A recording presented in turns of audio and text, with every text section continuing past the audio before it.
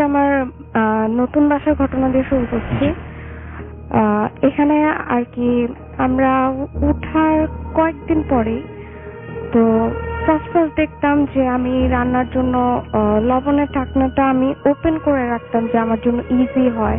তো সেটা আমি প্রায় দেখতাম যে লবণের ঢাকনাটা মানে অফ করা। আমি তখন আমার হাজবেন্ডকে জিজ্ঞাসা করতাম যে তুমি কি অফ করছো? তো সে বলতো বন্ধ করেছে কিনা। হ্যাঁ, তো সে বলতো যে না কই আমি তো এটা ধরেই নাই, আর আমি তো বেশিরভাগ টাইম বাসায় থাকি না, তো এটা আমি কেন ধরতে যাবো।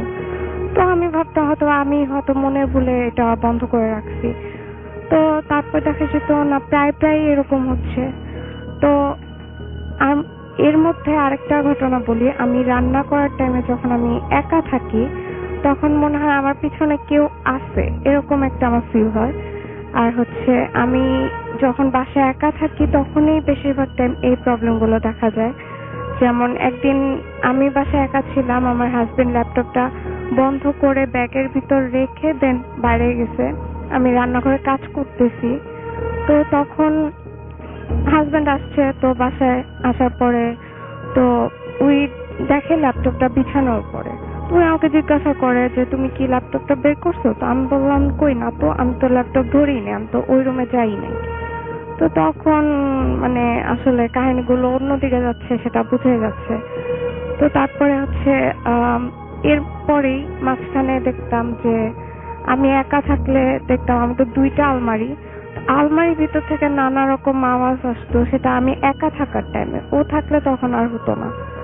তো আর যে ঘরটা হতো সে ঘরটায় মানে অনেক ছবি লাগানো আছে, এমনকি আমাদের যিশুর ছবিও লাগানো ছিল, তারপরে প্রবলেম গুলো হতো। তো তারপরে দেখা যাচ্ছে আমি ঘরের ভিতরে লাইট অফ করলে আমি দেখতাম যে আমার চারপাশে মানে কতগুলো ছায়া ঘুরতেছে। এরকম মানে বিভিন্ন রকমের প্রবলেম দেখা যায়। তারপরে বাসায় ওঠার কিছুদিন পরে দেখতাম কি পুরান বাসার চাবি আমাদের মানে চাবি রিং এর মধ্যে। তো এটা তো এতদিন দেখি নাই, হুট করে কিভাবে চলে আসলো চাবি রিং এর মাঝখানে। তো আসলে এটাই ছিল আমার সেকেন্ড বাসার ঘটনা। আচ্ছা, আপনার ফার্স্টের ঘটনাটা আমরা শুনবো, সেটা কি হয়েছিল আপনি একটু শুরু থেকে যদি বলতেন আমাদেরকে। জি, আসলে ফার্স্ট যে বাসাটা নেই সেটা কেরানীগঞ্জের একটু আবাসিক এলাকা ওদিকে। তো ওইদিকে মানে ভিতর দিকে একটু বন সাইডে, তো বন, তারপরে ঘাস, এরকম কাশফুল ছিল, বাগান। তো আমরা যে বাসাটা নিই ওটা একদম গলির শেষ মাথায়। তো ওই বাসাটা মানে মোটামুটি সুন্দর, নতুন বাসা উঠছে।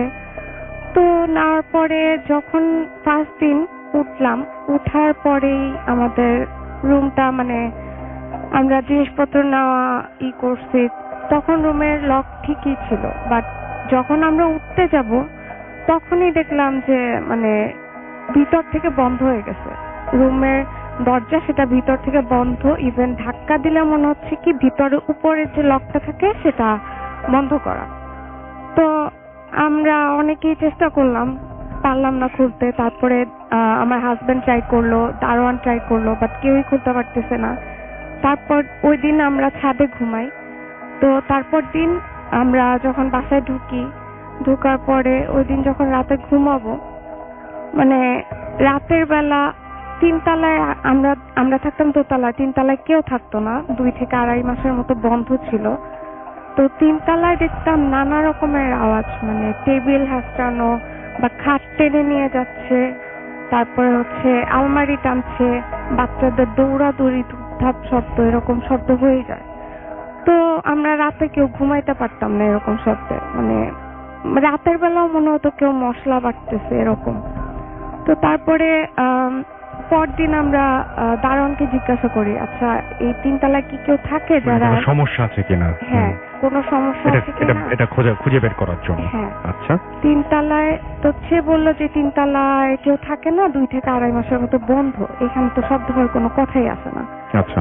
তো তারপরে আমরা ভাবলাম যে একটু ভাড়াটিয়াদের জিজ্ঞাসা করি যে তারা আসলে জানে কিনা, তারা শব্দ পায় কিনা।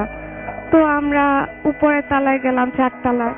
তো তারা বললো কই আমরা তো কোনো টেবিল টানি না, এত রাতের বেলা আমরা কেনই বা টেবিল খাট টানতে যাব। তো পরে 4তলায় আরেক ফ্ল্যাটের মহিলা বলল, সে বলল কি যে তাকে নাকি 6 তলার মহিলা বলছিল যে সেরকম শব্দ শুনতে পায়, ঠিক এক্স্যাক্টলি আমরা যেগুলো শুনতে পাই সেগুলোই সে শুনতে পায়। তো তারপর সে বলল যে আমি তো ওইগুলো পাত্তা দেই নাই, এখন আপনারা যেহেতু বললেন এখন আমার মনে হচ্ছে আসলে কিছু একটা আছে। তো তারপরে আমরা 6 তলায় যাই ডাইরেক্ট, যে 6 তলায় কিছু হয় কিনা। তো 6 তলার ওই আপু বলতেছে যে আসলে আমি অনেকদিন ধরে, আপনার ওঠার অনেকদিন আগে থেকে এই শব্দ পাই, যেন কেউ দৌড়াচ্ছে, মশলা বাটতেছে, টেবিল চেয়ার টানতেছে এরকম। তো আমরা বললাম, আচ্ছা আপনি কি কাউকে কিছু বলছেন? তো বললো যে না, আসলে আমার কথা কেউ বিশ্বাস করবে কিনা জানি না, এর জন্য আমরা কিছু বলি নাই কাউকে। তো তারপরে সে এরকম, আমরা ওই দিন আর কিছু বললাম না, ওই দিন বাসায় চলে গেলাম। তারপর নন স্টপ এরকম আওয়াজ আসতো, আমরা ঘুমাতে পারতাম না। তো মাঝখানে দেখতাম কি যে আমার হাজবেন্ড তো অফিসে থাকতো, মাঝখানে দেখতাম আমার ড্রেসিং টেবিলের যেটা চুম্বকের আয়না সেটা অটোমেটিক্যালি খুলে যেত, মানে খোলা মানে কি একদম ওপেন করা, টোটালি ওপেন। তো তারপরে গেটের লক খুলে যেত, ইভেন চাবি দিয়ে লক করা হলেও সেই লকটা খুলে যেত অটো। আর বেডরুমের দরজা অটোমেটিক্যালি খুলে যেত। ইভেন আমাদের পাশের রুম থেকে মনে হতো মানে একটা বয়স্ক লোক, সে তার ওয়াইফকে মারছে, ইভেন মহিলাটা চিল্লায় কান্না করতেছে। তো তারপরে এই জিনিসটা ফার্স্ট শুনে আমার হাজবেন্ড, তারপর আমাকে বলে, আমি কান পাতি, তখন আমিও শুনতে পাই। তো তারপরে ওই রুমে কিছু ছিল না আমাদের, ওই রুমে জাস্ট দুইটা আমরা বিড়াল পালতাম, এইটাই। আর হচ্ছে তারপরে দেখলাম কি যে আমি সন্ধ্যাবেলা আমার হাজবেন্ডের অফিসে যেতাম, আসলে বাসায় যদি এত কিছু হয় বাসায় থাকতে তো আর মন চাইবে না। তো সন্ধ্যার দিকে আমি বের হতাম, তো দেখতাম কি যে আমি জিনিস এক জায়গায় রাখছি, সেটা অন্য জায়গায়, বাসায় আসার পর দেখতাম সেটা অন্য জায়গায়। যেমন টাওয়াল রাখলাম এক জায়গায় বেডরুমে, আমি বাসায় আসার পর দেখি চেয়ারে বিছানো টাওয়ালটা, মনে হচ্ছে টাওয়ালের উপরে কেউ মানে বসছে আর কি। তো তারপরে আবার দেখতাম যে বেডরুমের দরজা খোলা, ওইটা আমি এমনি ভিড়া যেতাম বাট দরজা খোলা। তো তারপর আমি হাজবেন্ডকে বলতাম যে এরকম এরকম, আমি তো এরকম দরজা লক করে গেছিলাম, এটা তো খোলা। ও আমাকে বলতো যে তুমি কি সত্যি লক করে গেছিলা, বা তুমি মনের ভুলে খোলা রেখে যাও নাই তো? আমি বলতাম না, আমার ঠিক মনে আছে আমি কোনটা কিভাবে রেখে গেছি।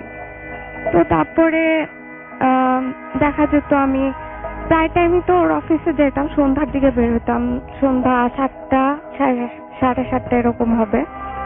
তো বাসার গলি দিয়ে যখন বের হতাম তখন গলিতে 3-4টার মতো ল্যাম্প পোস্ট ছিল।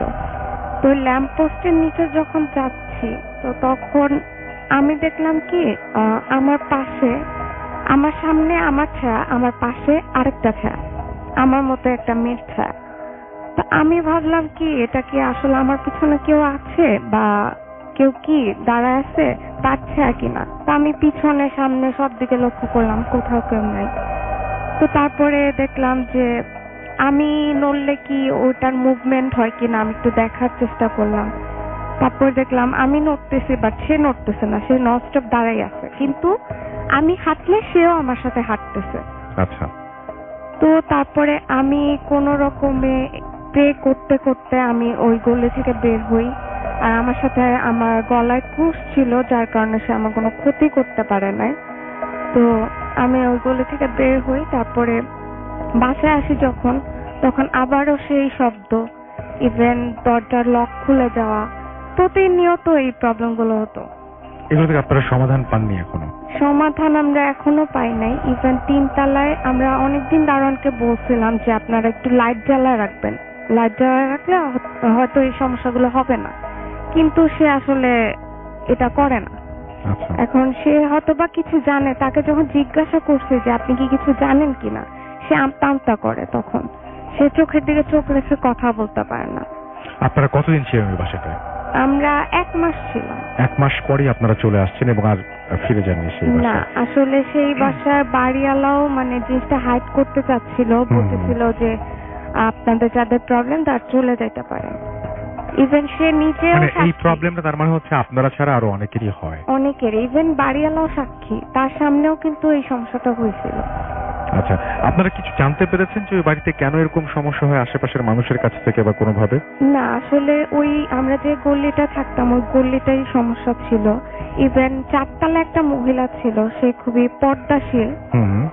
তো আসলে আমার মনে হয়েছে তার মধ্যে কিছু একটা মানে প্রবলেম ছিল, কজ বাড়িওয়ালা জানতো যে ওই ফ্ল্যাটে একটা পুরুষ মানুষ থাকে, এছাড়া কেউ থাকে না। কিন্তু আমরা দেখতাম একটা মহিলা যাওয়া আসা করে, ইভেন পুরুষটাকে কখনো দেখা যায় না। শুধু হয়তোবা বাড়িওয়ালাকে ভাড়া দেওয়ার টাইমে পুরুষটা ভাড়া দিত, এছাড়া পুরুষটাকে কখনো কেউ দেখে না।